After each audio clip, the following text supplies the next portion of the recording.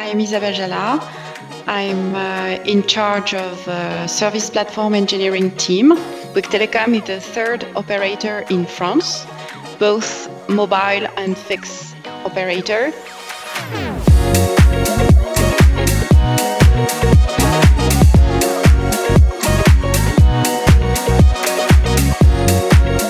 We have more than 18 million mobile subscribers and around 5 million fixed subscribers.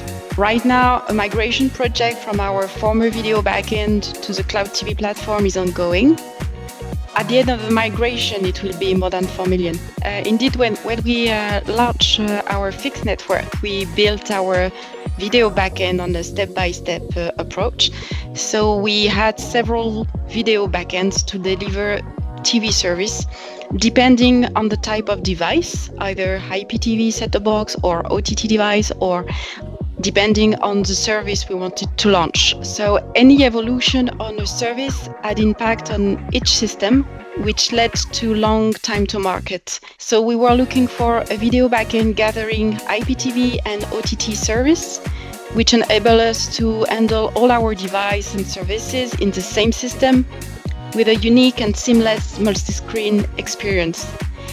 And we also expect to take benefits of a product with a roadmap and that bring new features. And furthermore, the cloud solution enable us to improve our time to market for new feature and also to address the scalability challenge.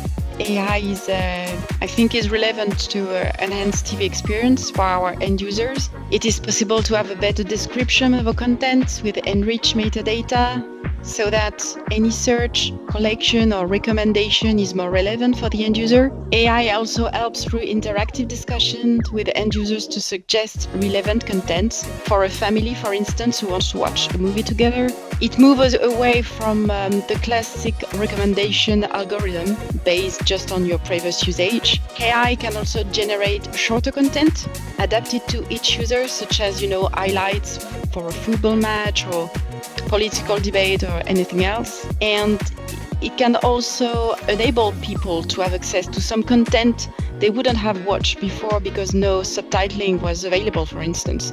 So it enables our subscribers to have access to a larger catalog and to have a more personalized experience.